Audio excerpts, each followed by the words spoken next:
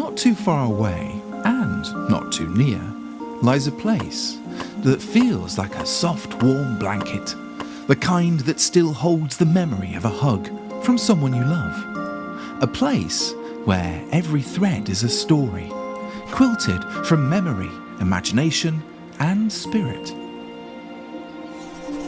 This is Threadbare.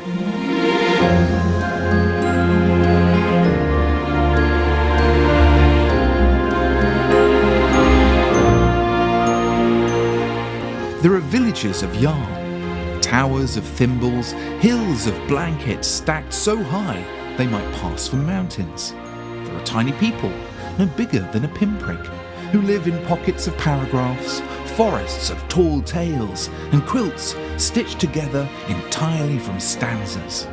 They sow songs like wheat, harvest memories spun by wordworms, trade stories, the way you might sort marbles in a pocket.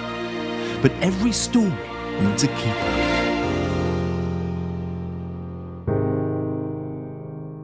You slept in the drawer of an ancient sewing machine, curled amongst the broken needles and frayed spools. You had nothing, not a stitch, not a scrap, not even a button to your name.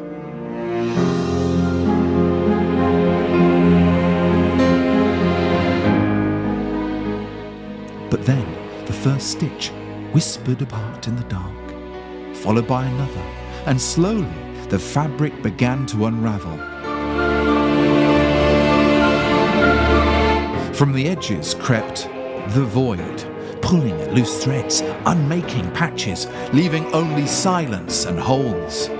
And that is when you woke, for you are the story weaver.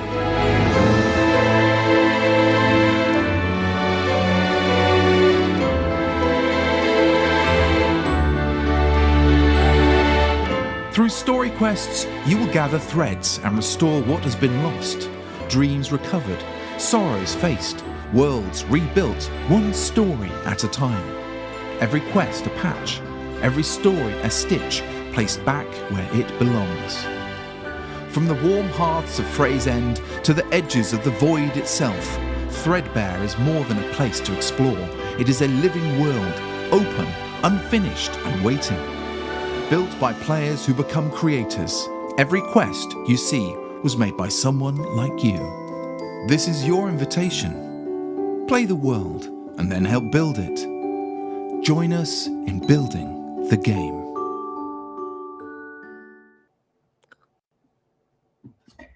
Well, hello everyone, and welcome back to the Loom Lounge. This is episode I've lost track. I don't know what number it is, but we're really excited that you're here with us today. We've got a lot to go through, particularly answering the question, can you make game assets if you've never done anything like that before? And I'm going to throw it over to Stephen, who's going to talk about the game of Threadbare, of course, and what it means to make something for a game. Absolutely. And hi, everyone. When we talk about making assets for a game, we need to consider that it's easy to say, hey, can you make assets for a game? And then, the answer may be yes, the answer may be no. But we need to talk about what we mean by assets for a game. And that's actually quite varied. Artists might assume we mean art assets, and sound engineers might assume we mean sound assets, and coders might assume that we mean snippets of code that will help them to, or help us to do X or Y or Z. And it's really actually very varied field. And so we want to make sure that we cover all of that. And I think the first thing, before I even show an example of what we mean by those assets in Threadbare, we should also talk about why this is important from an accessibility perspective. Because so often people think, we have these conversations, Heather, you and I have had them a number of times at events where we'll say to people, oh, we're in game development. And people will say, oh, I wish I could make a video game. Sure. And we say to them, well, you can. And they go, no, I'm not a game dev. And we have to kind of really push the conversation of like, but are you an artist? And they go, oh yeah, I love art. Right. So you might not be able to make an entire video game, but you can make assets for a video game. depending on your skill set. And we've had a number of conversations like that in the past. And it's a really interesting kind of view that people take, that game dev is somehow this like one central core skill that you must have, when in fact it's made up of so many unique domains. Yeah, I've often thought of it like a recipe, right? So you have an idea for a meal, and maybe you want an appetizer, you want, the main course, you want a dessert, etc. But you may not have the skills to develop all of those things in your kitchen all at once. And so sometimes we cheat, right? We might use a cake mix instead of doing all the ingredients from scratch. And I don't actually think that's cheating. I think there are skills that we all have. And we've talked before. I remember when we had Manuel on the broadcast and we were talking about a generalist versus a specialist. And so generalists can kind of do all the things, a little bit of all the things, and specialists are kind of good in one thing. And I think having tools available to support people who want to create a game and create those assets based on what their idea and make it a little bit easier because we have tools for that, I think that's a good idea. Yeah, absolutely. All right. And I have I'm wearing my Commodore 64 t-shirt today because that is actually where I started making assets. I say assets. I started modding games way back when I was a kid, like a kid on the Commodore 64. I realized that if you played around on the opening screen of the Commodore 64, you could start making little elements of code. By the time I was finished, and I'll be honest, I couldn't even begin to tell you how to do it now. Although I'm sure if I got my hands on an original 64, I could do it. But by the time I was finished, I was editing parts of games, and then we would write those edited games back onto cassettes and give them to our friends. And when our friends played them, they would see different characters or different names for characters and stuff. It was like ultra hacking back then, and we thought we were doing something real bad. Oh yeah, you were the cool kid. We were the cool kid, right? You were breaking the rules, right? I say friends, give it to your friends. I was the cool kid that didn't really have many, but we shared those tapes out, and then I did it again. I kind of went on to do that for the Amiga as well. And I'm probably if the FBI are not knocking down my door in 5 minutes, then maybe I wasn't doing something as bad as I thought I was. But I was sure at the time I thought I was like this mega sort of like underground criminal hacker. Yeah, well, as educators, we love that, right? We love to see kids who are creative and kind of break through some of those constraints and kind of think about things outside the box. And that's really encouraging to see. So if I had been your teacher back then, I probably would have allowed it. Yeah. I honestly see now, I think about it, I'm like, I can't even remember how I did it. But sometimes it was as simple as changing a color or something. But it was the knowledge that if I could change, and I'm just going to point to my background here, but if I could change that sheep from white to purple, wow, like mind stuff.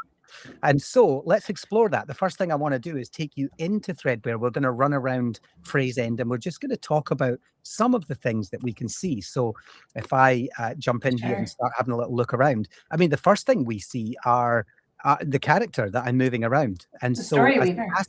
That's right.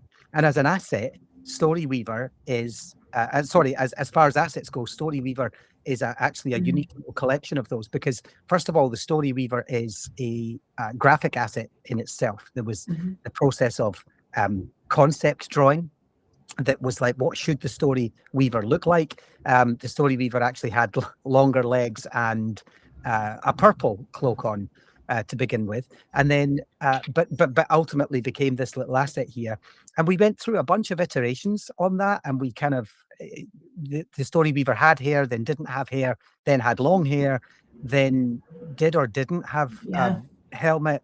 The needle was in the left hand and the shield was in the right, and then vice versa. We went through a whole bunch of asset variations until we got to this one. And then, of course, the asset needs animated, and animation is a whole different genre of asset creation. And then beside the Storyweaver, we can see bushes, and those bushes are kind of blown around there in the wind, and they're slightly different sizes. The Storyweaver is walking around on tile sets that look as if they're knitted or sewn or crocheted, which is a part of the aesthetic that we've chosen. Down at the bottom here, we have a small forest with patchwork trees. Over here, we have some assets that were created by students in the Netherlands. So if you're watching from the Netherlands and you are one of those kids, you did this.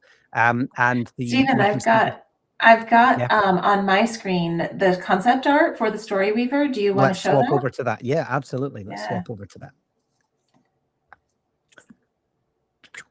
Yeah, so you can see here, this is the original concept art for the Story Weaver. It does look Yep. obviously different from the final result, but do you want to talk a little bit more about that journey from concept art to pixel art? Well, this is fascinating because this is one of the things that I think many people miss, is that there's this idea that you have to create an asset as is to begin with. And yet so much of game development is about creating concepts to begin with. And those concepts can be of landscapes, they're visions for what the game's story might unfold like. They are creatures or characters like you see here sometimes. And there are specialists out there that just do weaponry, or they just do objects. In fact, one of my favorite games, and I probably mention it on every stream that I'm in, but Deathloop, some of their artists, their 3D artists, just specialized, and I have a book behind me called The Art of Deathloop, just specialized in the objects. I'm talking like radio antennas, a rusty bucket sitting in the corner, some rope hanging from a chain in an industrial area. These are all things that we probably take for granted as players, and yet someone was paid to make those, conceive of those, draw them, sketch them, get them laid out, and then make them. Because before those things are sent to the final 3D artist, the 3D artist needs to know what they're working on. And so concept art is one of those big things. So you can see there from this original sketch, the concept art for Story Weaver, who was this kind of like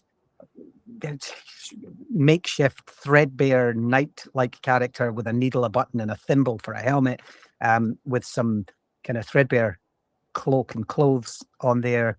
And that ultimately turned into the threadbare that you see back on my screen. So let's move back over there and continue. Thanks for that, Heather. Okay, so, it's daytime now, so we can see a little clearer. But if we head over here, you can see that as I walk past these hush rooms, they disappear. Now, I think I'm going to unmute this because I actually have it. You'll hear the music. And actually what I'll do is I'll go into settings, get options, and settings, and I'll switch off music. Now let's see if we can hear these. No, I think we're not hearing it because we're sharing the whole window instead of the tab. But you should just tell us what it sounds like, because I'll do spoiler. it. Yeah. So, spoiler alert, these are hush rooms, and when you walk past a hush room, they say, as they disappear into the ground, because you can't get close to them, they go, they do this HU breathing in sound, and then when you move away from them, so they're that's what they do. And it's the idea is that these hush rooms are like spies, they're like gossipers, and when you get close to them, they disappear, but when you come out, they kind of, when you walk away, they pop out and talk about. And that is exactly what they sound like, because it is your voice, your contribution that we hear in the game, right? That's right. I made the sound effect for that. We're using one of the tools that we're going to show you today. Right. As I move over here and we can see more of these, I'm just going to talk about our NPCs. These are threadlings. These are the main creatures or denizens, the main species that kind of moves around Threadbare. And we have an interesting story about these because, first of all, they started off as borrowed assets from somewhere else. We actually borrowed them from a free pack that was being developed by an amazing artist called Pixel Frog, who now works with us a lot on Threadbare. But actually, they've since been developed by one of our internal developers, Manuel, who you've met on some of our streams. And Manuel has created a randomizer to basically make many different randomly sized, shaped, designed and colored characters: red, blue, orange, pink, purple, clothes, all sorts of hairstyles, you name it. And so that's a fantastic new adoption inside the game of asset creation, is the randomization of it rather than the intentional creation of it. And if we click on that, you can see that something else that comes up as an asset is the UX. So Aaron is the name of this little character, and that comes up in a little banner at the bottom there. And then on a piece of torn scroll, it says, "It's so good to be in Frays End again." And that is That's little Aaron's conversation. That is also something that someone had to create. If I just open that up again, you can see that is an asset, a visual asset that someone had to create. And a narrative Um, asset, right? The language and how we phrase things in phrase end Absolutely. is an asset in and of itself. Yeah. Yeah, absolutely. And also, the choice of color, the choice of shade, the cell shading, you'll notice here that this is actually semi Transparent, opaque, okay, semi-transparent, so you can see the trees behind it. These are all conscious asset choices. And so when we talk about building assets, sometimes that's all it requires. As we move further around, we're going to see the obvious things like the houses. We're going to look at how to make a house. We've actually made that much more accessible to our learners as we move through workshops. We also have this wheat field. Now, the wheat was made by learners. This was a contributed asset. We've also got the other plants up here. I think these are tomato plants or tomato plants. They were also contributed here. You can see just how random these little characters get. Who's this? Marie. Marie says, "Oh, are you trying to get to the West End? That path's been blocked by the void for years. And so that will lead me over to the void." And if we lead over here, you'll see that one of the assets is the tearing edge, the fraying edge of the tile set, and then also the void in the background. And as we move up and down, you can see that our engineers, Will and Manuel, created the idea that as you move, so does the landscape. And so the void looks like this fixed, permanent depth of space behind there. Can I ask a question, Stephen, about the assets and the contribution process? How do you know if your asset is good enough to be in this game? How does someone say, like, oh, I have an idea?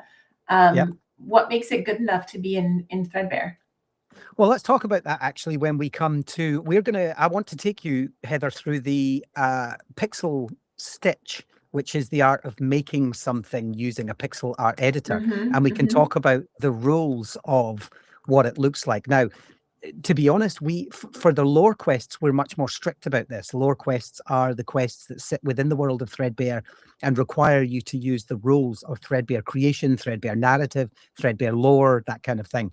And we are a bit more strict about that. We require a sense of the same art style. We require a sense of the same language, same naming conventions, etc., the same theming. For story quests, we're actually less strict about that. Because ultimately these are your stories and we want you to create the things that matter to you. Sure, you have to use technically the same game style, top-down, narrative-driven RPG style, but largely you can have a much more free reign, and we've seen some incredible stuff come in for that. But actually the choice, the decisions are made by ourselves at the organization. We're able to look at what learners have created and say, this fits, this belongs in Threadbare. So if you're looking to create, if you're excited about this project and you're looking to create for Threadbare, it's really important that you're able to match, to some degree, you're able to match the art style. And as we look around Phrase End here, you can see what that style is. It's cute, it's cozy, it's fantastical. Everything's made of fabric to a degree. The characters are all kind Mm-hmm. of small and stubby, if you like. Piles And of the colors yeah, are and great. the colors as well. Yeah. Beautiful colors. We have a sort of a sense of, there's kind of a set blue, which you can see if I move the story weaver up here. There's a set of blues, there's a set of pinks, a set of purple, sets of greens, and sets of yellow that you can kind of work with. You can work with other colors, but as long as your core use of colors sit within those, they're not quite pastel, but they're also not vibrant as well. And it really works. So yeah, there's some rules. The last asset, before we move to tools and show how you might make some of these things, the last asset I want to talk about is the cat here, which was contributed. There's two things. You can't hear it, but it's actually meowing. It's got like four different variations on a meow.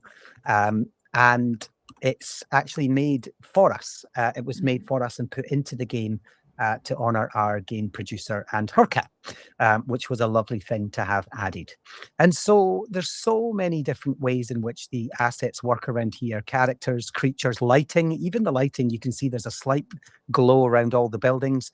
That is a mechanic. It's a piece of coding combined with an asset pack, which allows us to create lighting systems. We also have fog and we also have clouds. All of these things are contributions to the game.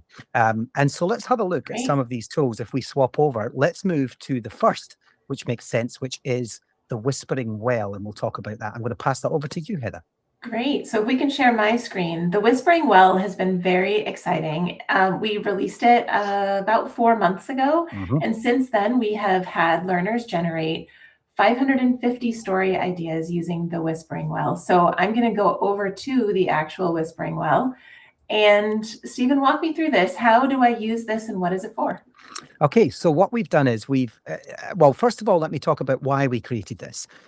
We created the Whispering Well because people, particularly children that we were working with, said to us that they didn't, very often they are stuck for ideas. When we say to them, okay, you're going to build a story quest for Threadbare, and we want you to make this story quest as dynamic as possible. We want you to have a beginning, middle, and end. We want you to create creatures. There has to be a big event, etc. The kids, quite often, children will struggle with that. Now, don't get me wrong. Children are massively imaginative, and they come up with some wonderful things. But when we think about accessibility, many of the children we work with are not necessarily as comfortably educated as other kids, or they're not as comfortably educated in 2 separate languages as other children.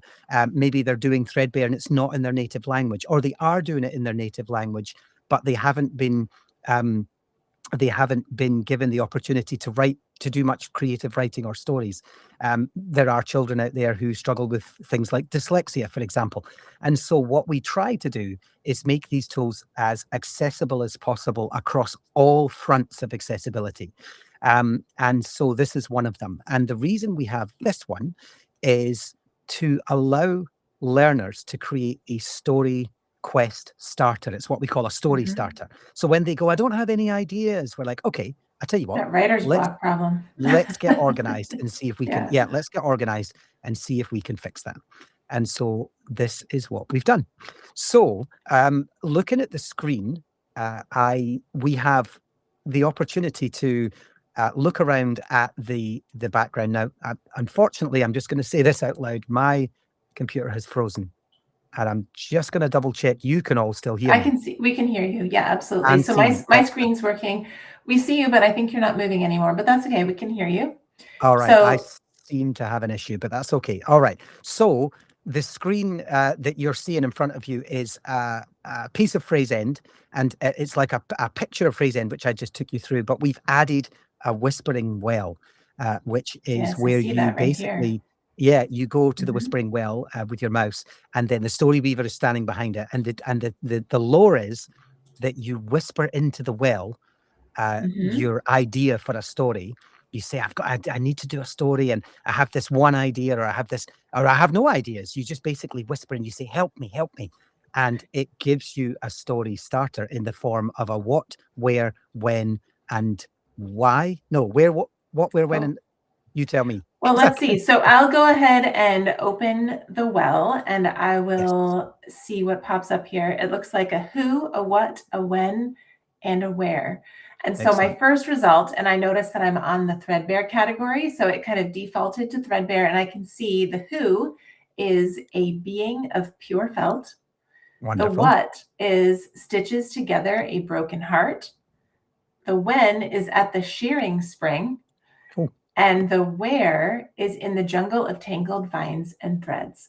So what's really nice about that is all 4 of these are related to fabric themes, which is why I think the Threadbare category is so great, especially if you're looking, like Stephen said, to contribute something to one of our lore quests.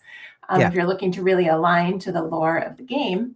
I also noticed that I have some options at the bottom. So it put it all together for me. A being of pure felt stitches together a broken heart at the shearing spring in the jungle of tangled vines and threads. And I can draw again, or I can copy that text and paste it somewhere else if I'm working in a game design document or something like that. And then I also have the 100 word starter, which could kind of build out a little bit more of this idea. But I'd like to play around with it a little bit first. First of all, I would like to kind of see what these arrows do in the middle of the screen. So it looks like I can reset. Maybe I don't like at the shearing spring, which is the time that this is happening. If I click that refresh, it says element redrawn. Now it's during the blue hour of indigo. I love that. Indigo is one of my favorite colors. So I think I will keep that one. And this is a being of pure felt now, stitches together a broken heart during the blue hour of indigo in the jungle of tangled vines and threads. So that's gorgeous, actually. Shall we explore some of the other categories, though? Because I think what we'd like to do is connect these to some of the other tools. So I'm going to go ahead and go into, let's do folklore and see what's in there. So as I'm in here, I'm going to clear what I've made because I'm going to start over again. And I'm going to go into folklore and click on the well. And a camel rider, I did not expect that. A camel rider saves the harvest during the parade of dragons at a sky temple. This is like a mashing of all kinds of cultures and geographic locations. I love this. So it is a very cultural feeling folklore tale. But I'm going to actually reset all of them and see what we get next. So I'll do draw again. And that allows me to do it completely again, all 4 of them at the same time. So this time it's a snow maiden whispers to a dragon on the day of the kites in a grandmother's lap. So what's really nice about that is I'm already thinking about the assets I might want to create for a snow maiden. I'm thinking all white. I'm thinking snow. I think that would be really, really exciting. Whispers to a dragon, maybe. On the day of the kites, I wouldn't necessarily see kites on a snowy day, so I might change that one. And in a grandmother's lap is the grandmother, the dragon, because I'm seeing a connection here. So the snow maiden's grandmother, she's whispering to the dragon in the grandmother's lap. So that leads me to think that the grandmother might be a dragon. I actually love that. I think I'm going to change the when. Maple leaves, probably not with snow. I'm going to keep that separate. In the days of myths, I like that a lot. So a snow maiden whispers to a dragon in the days of myths in a grandmother's lap. So let's go ahead and click on the story word starter, so the 100 word starter. And we've got kind of an expanded view of this story idea. So I'll read that aloud. Welcome back, Stephen. Thank you. Courage comes in unexpected shapes. And on this day, a snow maiden whispers to a dragon in the days of myths in her grandmother's lap. A strange courage took root, the kind that grows in the darkest soil and blooms when least expected. The real adventure was just getting started. So what I see in this one is the snow maiden is sitting in her grandmother's lap. Her grandmother happens to be a dragon, and it's during the days of myths. So maybe that's some kind of festival. So that's the story starter I'm going to go with, and we're going to move to the next tool and see if we can provide maybe a house for this snow maiden to have this experience in. Absolutely. Thank you. Sorry, my you can hear me now, right? Yes. My PC had a total meltdown midstream. So yeah, that's the best laid plans. So good that we've made tracks on that. I really love that. I really love that the whispering well idea, and we've seen it so many times, as you mentioned with the original slide of how many kids have already used it. The kids come in and even if they only take one element of that, even if they don't like 3 of those elements, but they're just like, I got this idea for a great character and I'm going to take that character and I'm going to build it out and animate it. Sometimes that's all we need. So moving to the next one, then we are going to talk about the patchwork shop. And so I want to introduce you to that. Some of you may have seen this. Please scan the QR code and look at this one. We've had 767 threadbare houses created in the patchwork shop, and that is exactly what we're going to do next. We are going to make a house. Okay, so I've got it up on the screen if you want to tell me what to do, but I do want to say what I said when you were out there, that the snow maiden is going to live somewhere snowy. So I'm hoping I can make a house that looks like it's in a snow village. Excellent. Okay, let's do that. So the first of all, I'll tell you why we built this. We built this because first of all, we need assets. We absolutely need as many assets as possible for the game. And so this is a great way of getting house assets so that when we come to build new towns like Linenville, for example, which is just being built, we have a bunch of assets that can be contributed by the public, and these little house assets can be put immediately into Linenville. It's also for the idea that some kids don't have access to Godot. So when we say, in order for you to contribute to the video game, you are going to have to use Godot. And then they say, well, we don't have Godot. We don't have laptops. We've worked in a variety of places where sometimes it's one laptop to 3, 4, 5, and 6 kids. And so if you have web access, and actually we've made this one available outside of the web as well, so Offline, it's yeah. available offline, Mhm. you can make a house and you can contribute it to us and we will use your house later. So again, thinking about that accessibility of people that want to contribute but can't necessarily, still can. So first things first, on the left-hand side, you are going to see a series of assets. And because you are clicked on all assets, you can kind of scroll through those. I'll show you how to separate them in a moment. But you'll There's see a that lot in here. there's a lot. There's doors, windows, clothing poles, clothes, structures, doors, chimneys, etc. There's even some plant boxes. These were all unique individual assets that were created at the scale that is necessary to fit into the game. Mhm. And then you are going to create your house. In the middle, in the dark patch in the middle, that's right. This is going to be your canvas. And we're going to show you some of the tools at the top as you move around. You can make that canvas scalable. You can scale it in and out. One thing to note, though, is that as you zoom in and out, this will allow you to see your asset clearer. But when you come to export it as an original export, it will maintain itself at the size, regardless of your zoom. It will maintain and export at the size necessary for the game. We'll talk about expanding that later.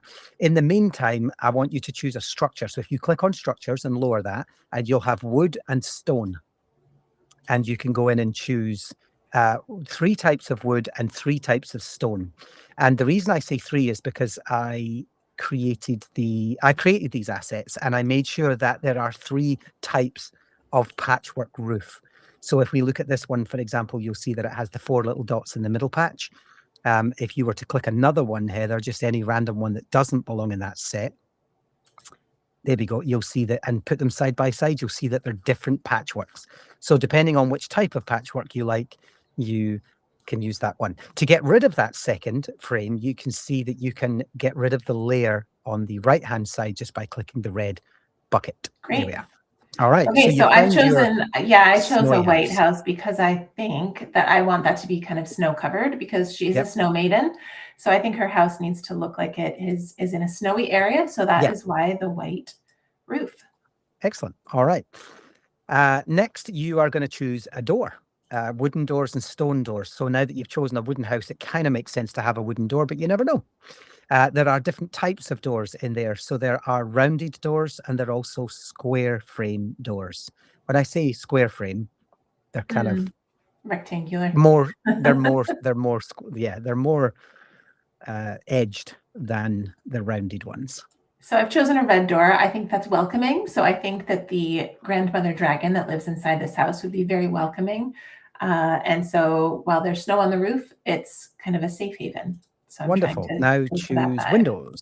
Again, wooden windows. Yep. Now you'll see in there, you can just scroll through all the windows if you click on Windows itself.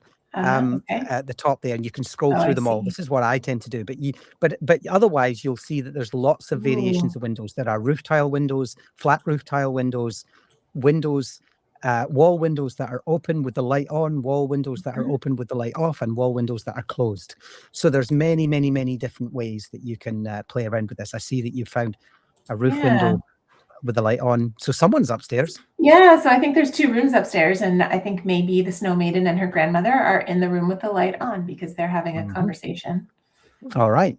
And you might want to look for a round wooden window. They would be further to the top to put on down the bottom. Stairs. Yeah, Though you don't have to. Well, I think I do. I think I'm going to close them though. I think it's like nighttime, so they're okay. I'm going to do one, and I'm going to shift this over a little bit. All right. Excellent. There nice. All right. And then we are going to go back up, close windows, and we're going to look at chimneys. Now, you don't have to put a chimney on, of course. And I'm saying this to the folks at home, if you're doing this with us or you end up doing this later, how you decorate your home is entirely up to you. You can just make it nothing but a shed with a door. But you can also go all out. So yeah, choose your chimney. I think I'm going You'll to notice that the do, chimneys are spools. yeah, this brown one Nice. right in the center, Excellent. because it is winter time, and so they definitely need a fire inside the house to stay warm. And the hearth is the heart of the home. Mhm. Okay, good. So the chimney is now set. And lastly, and this is the really fun part, is decorations. So what would you do for decorations? You Okay, can let's see in see what's decorations that you available. have window boxes, crates, clothes. What else? You got bird boxes and Mhm. ivy. So yeah. Yeah, so it's winter time, so I'm thinking an empty box, but I might put some ivy in it if that's possible. Let's see. I'll Yep. put an empty box here because Okay. I don't think that we would have the flowers in the middle of winter. You're right. But if I go to ivy, oh, gorgeous. Let's see what this looks like. Oh, Oops. what did I do?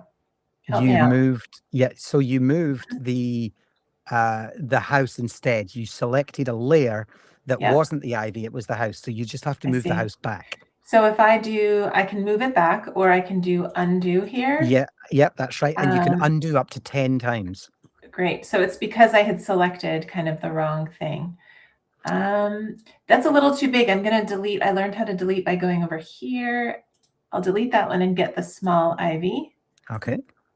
And then, yeah, I think I'm going to put it on the roof actually instead of the box that I made.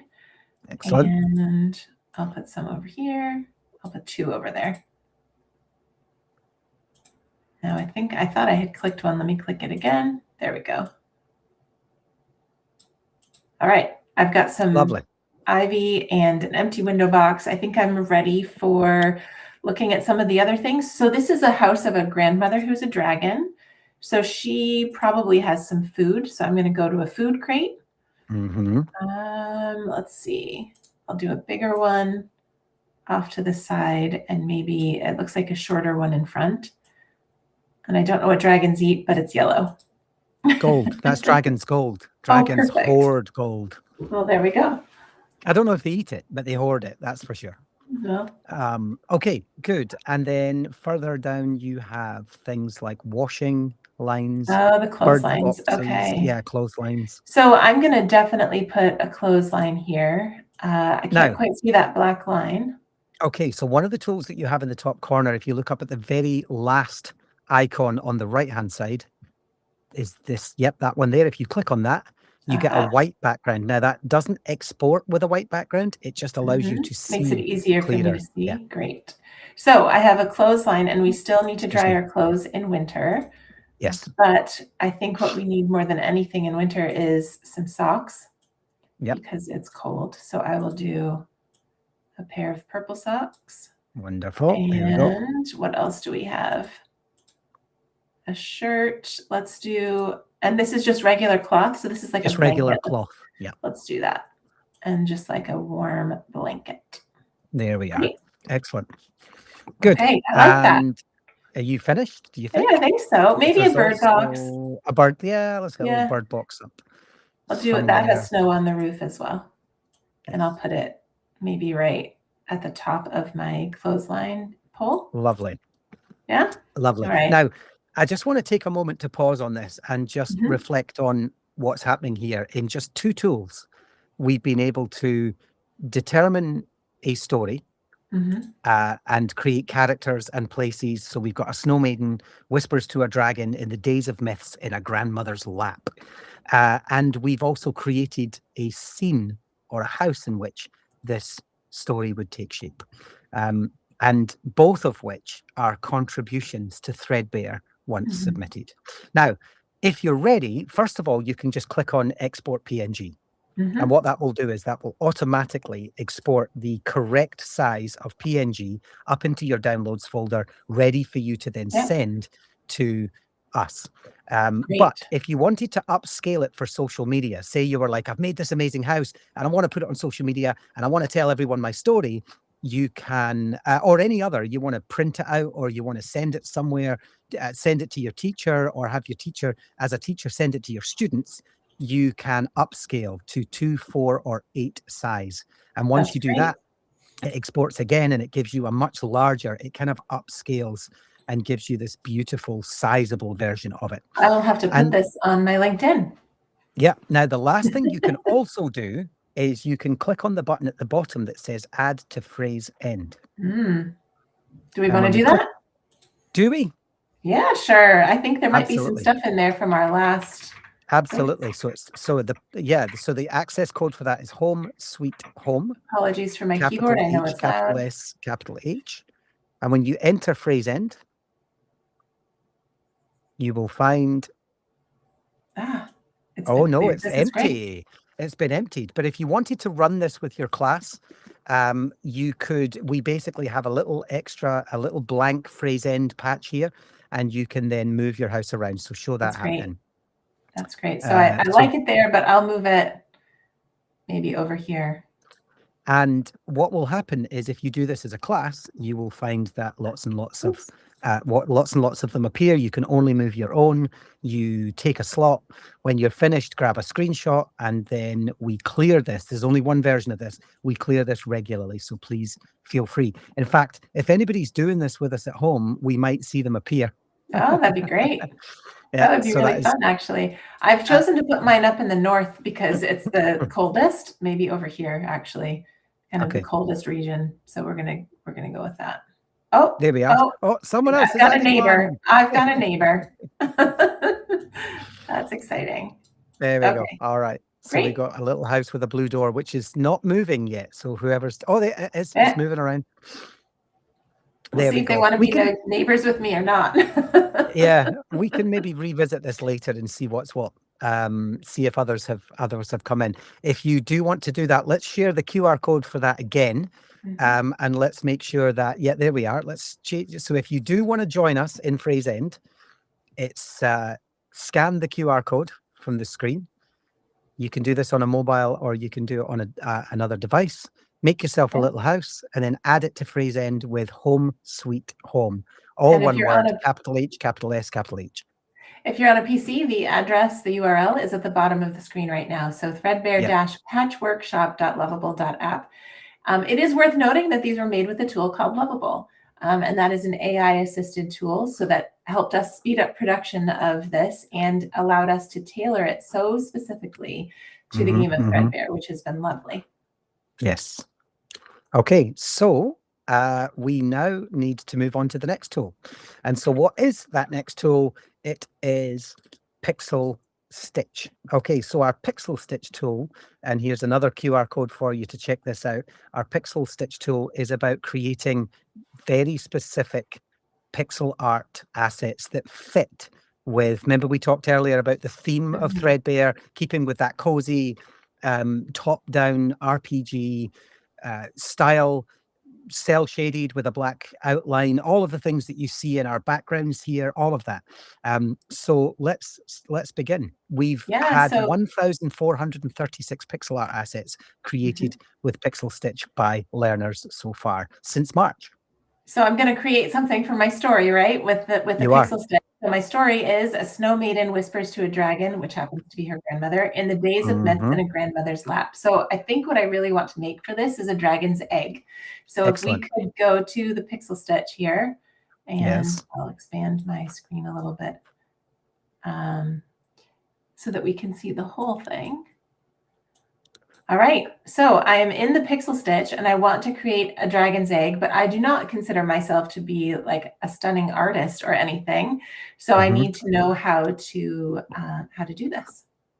Okay, so what I'm going to ask you to do first of all is, let's look at the screen. Again, why did we create this? Two reasons for this one. One, many learners that we speak to say, I want to be able to create a piece of pixel art, but I've never done it before and I don't know how.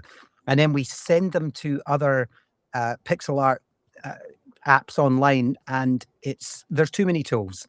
Invariably, they come to me and they say, I don't know what this is. And I pressed this onion skinning thing and it didn't work. And now I've lost my original drawing and I'm not sure why this is not working or whatever. Or there's only one color palette and I can't do another color palette. So I said, let's create a tool that literally allows us to control the number of tools, what those tools do, and how accurate it can help us to create the artwork necessary for threadbare specific. And that leads me to my second piece, which is the reason, the second reason is because we have a very specific art style, and we want to be able to make it as easy as possible to mimic that, to match that style.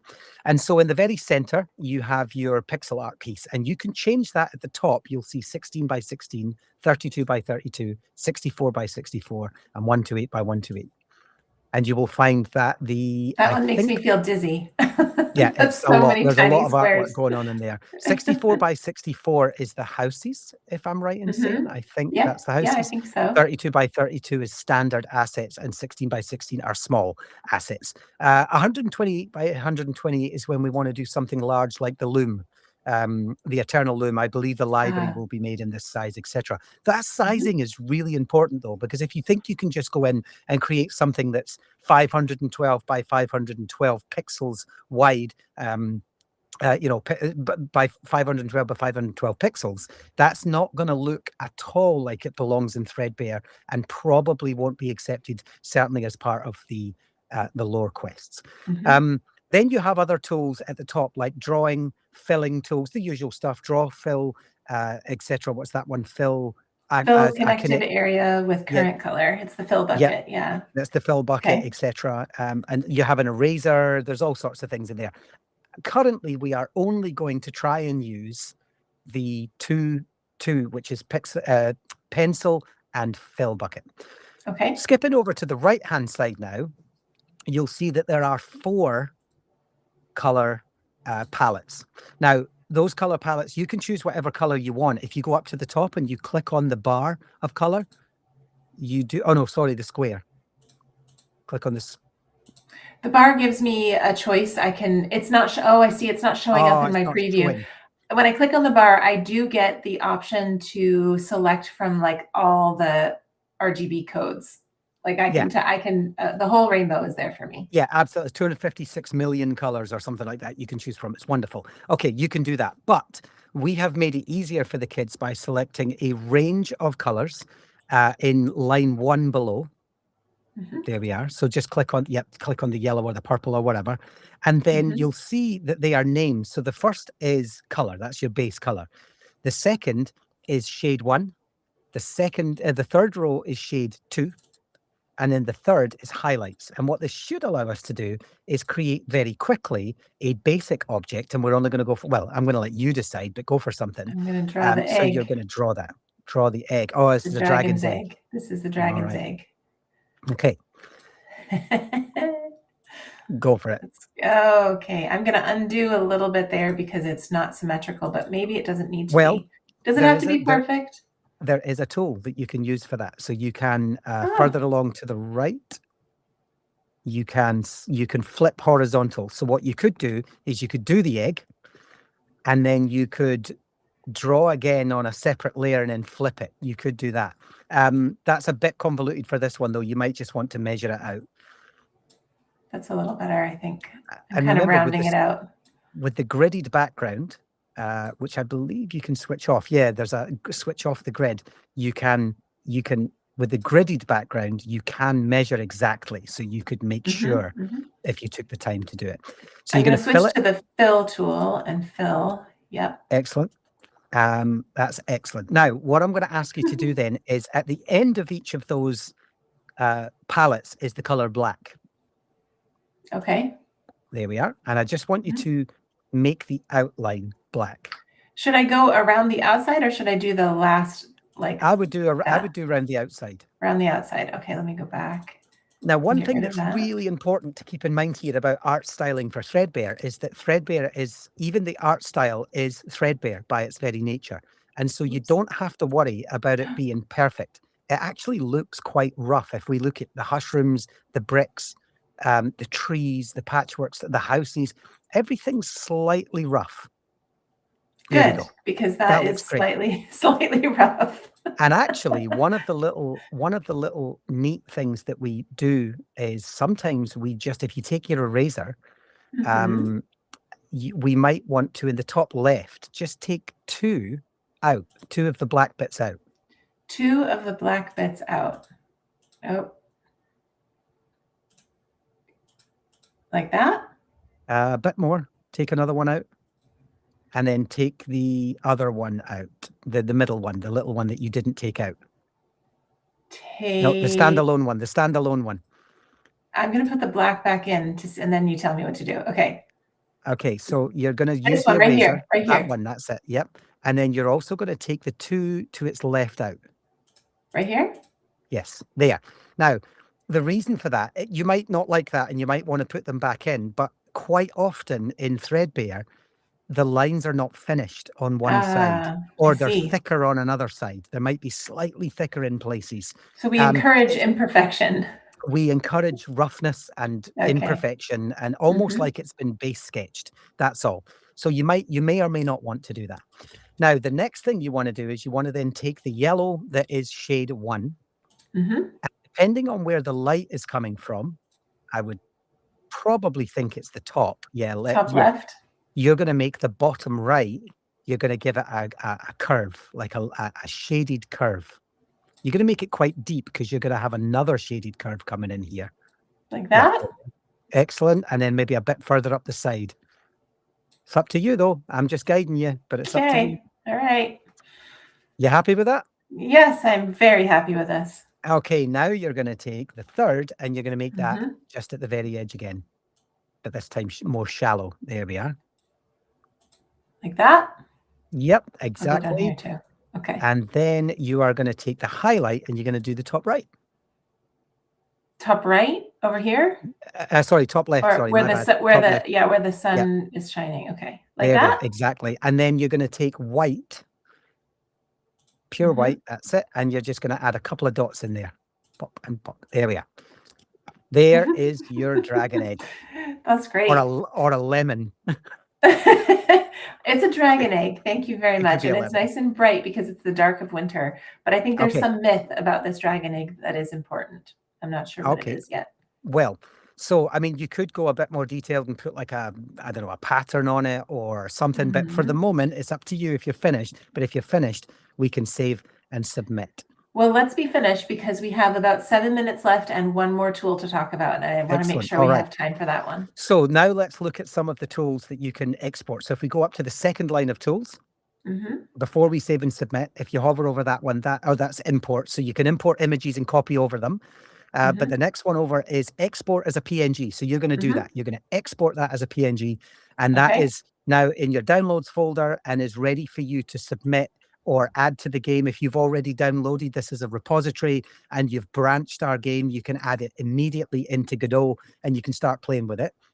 If you go to the next one along, you'll see that says, oh, no, you pressed it, but just hover over it there. Export an animated GIF. Now, you don't have an animated GIF, but built into this tool for the viewers at home is the ability to animate. So you could change that. And in fact, let's just do this real quick. And we only have a couple of minutes left. But in that second frame, I just want you to go and get red, main red.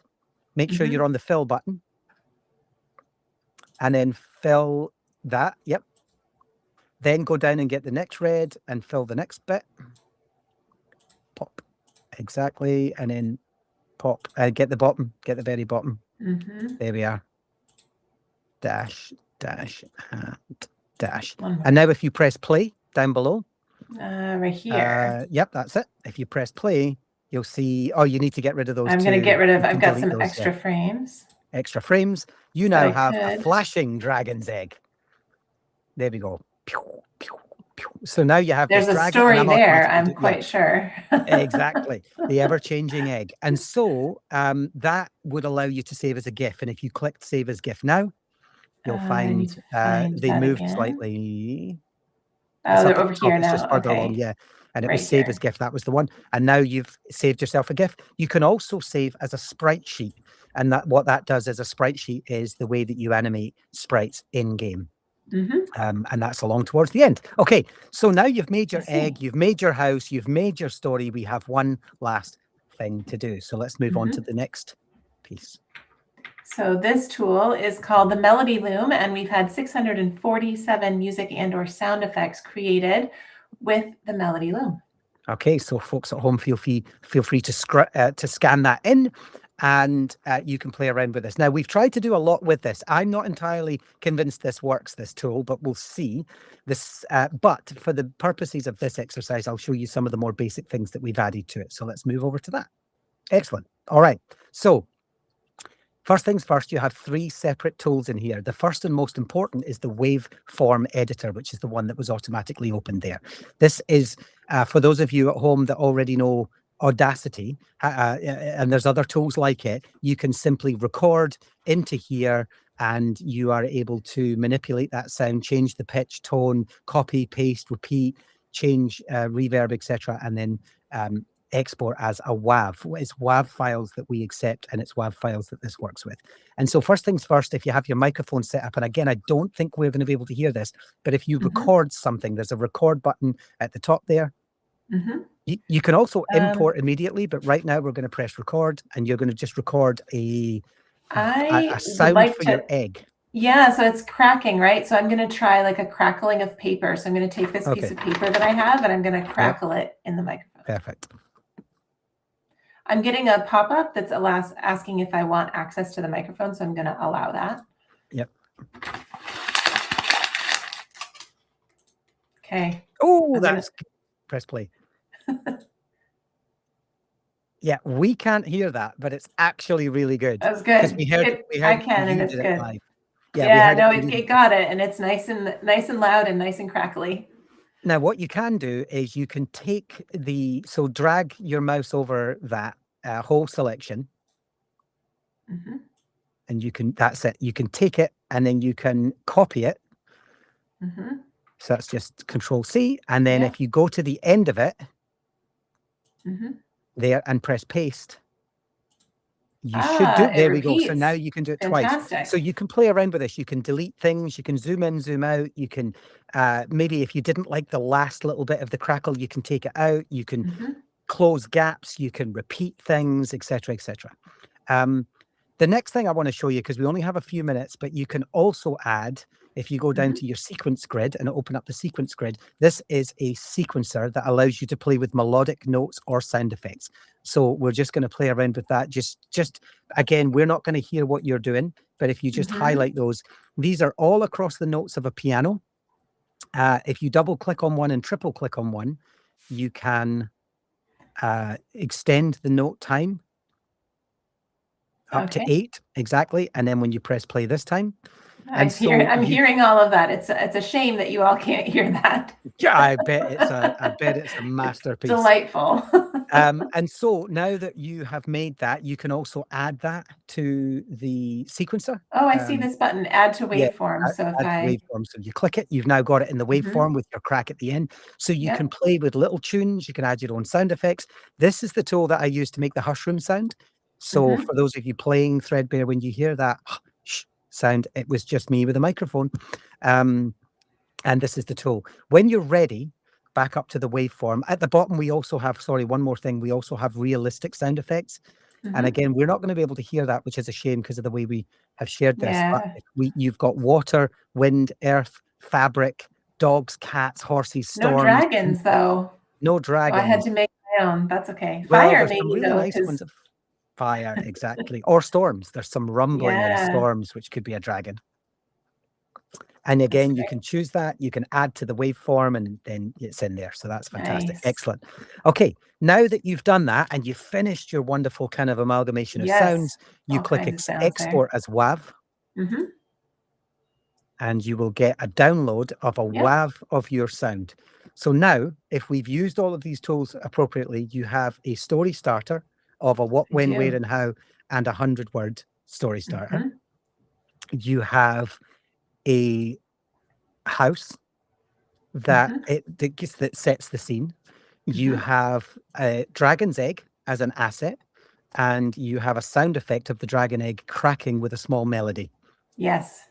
Already, that's a lot to get me started. That's wonderful. Already to add to the game now, and you haven't even touched the game engine yet. You know, people would say to us, well, you know, the next point is how do we get this into Godot? And we're not going to go into that on this stream because that's a completely different stream, but and a whole different subject that we don't have time for today. But that's the next step. Now, you can either contribute these things to us generally. So there's different ways we can do this. One of them is the save and submit button, which we are adding to each of these tools, and you save and submit it. It arrives with us. There's a small form to fill out. It arrives with us, and it goes into a library that we then choose from. So next time we're building a mission or a quest, or we're building Linenville or something, we can go into that library and go, oh, we've got 700 sounds to choose from. We've got 500,000 assets to choose from, animated assets to choose from, etc. Or you can download the game from our GitHub repository. You can branch the game, and then you literally make it yourself. Add your own sound effects, add your own graphics, add your own, story, add your own UX, add your own dialogue, whatever you want, and then you simply merge back to us, and we will take the complete ready package of your game and we will merge it into the original game. And you can see from the bottom there that we have the GitHub repository address coming up. So if you want to contribute to the game directly, download, branch, and contribute directly to Threadbare. And I just might do that with my Snow Maiden. I could make a story quest out of this. Why is that egg flashing? What does the grandmother dragon have to say to the Snow Maiden? There's a lot there that I would love to explore. So this is excellent. Great. So let's move into Q&A for finishing. So we're done sharing screen now, so we could just see if we have any questions from the audience. That's great. I've lost my background. Apologies about that. I did answer Lasser21. Thank you for joining us again, Lasser. So good to see you. And it said, how do I take it from here to the game? Do I need to upload it to GitHub? You can, as said, you can download it and upload it to us. We're adding save and submit to all of the tools, or you can do it straight into the game and then send it to us on GitHub. And you don't have to put it in a story quest. You could just branch the game, add the creature, and then put it back up again. Make things. You could make all kinds of things for anything really, but we would love to see it in Threadbare. All of this is open source. So if you have your own project and you want to create assets, we want to help anyone who's interested in creating, whether that's game dev or you just got an idea for a story and you'd like to illustrate it. Make some stuff and see what happens. We love inspiring people to be creators. Huge amounts of fun. Any thoughts, any questions before we finish this live stream? Yeah, this has been great. I do know that we've presented a lot of these tools in many different places around the world, actually, and people love them. They are able to create things, turn ideas into something solid using these tools. So we want you to do that as well. Great question from Lasser again, who says, can I use in other games? Which license is used? Well, first of all, absolutely. You can, anything you create, you can use anywhere. These tools are free to use. They're in the public domain. Use whatever you use them for. Absolutely, you can take your assets and use them in other games. Threadbare itself, that opens the question, which I think we've discussed before, but Threadbare itself is also open source.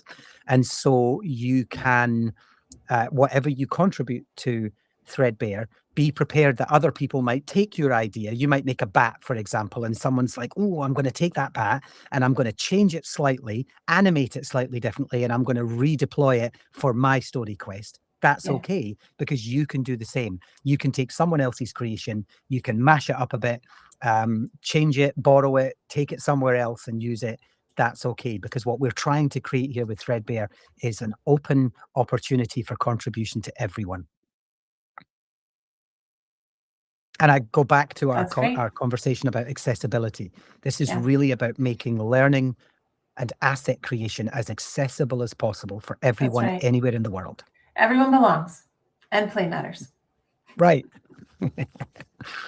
Good stuff. All right. If we don't have any further questions, then we will end the live stream. But this has been great. We have been so happy to share our Threadbare toolset with you. This is called the Tailor, and it will eventually be available on our platform. Each of these tools will be in an area that you can go to, and you, as well as downloading Godot, as well as learning how to use GitHub, etc. You will find that the rest of the tools are automatically in there as well as other tools that we're working on. We've only showed you 4 today.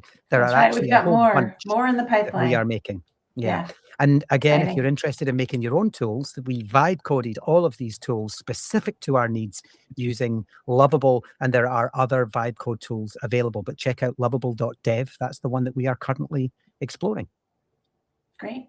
All right. Well, Thanks thank so you much, everyone for joining us, and we will see you on the next episode of our Loom Lounge. Yes, indeed. Thank you so much. Bye, everyone. Bye.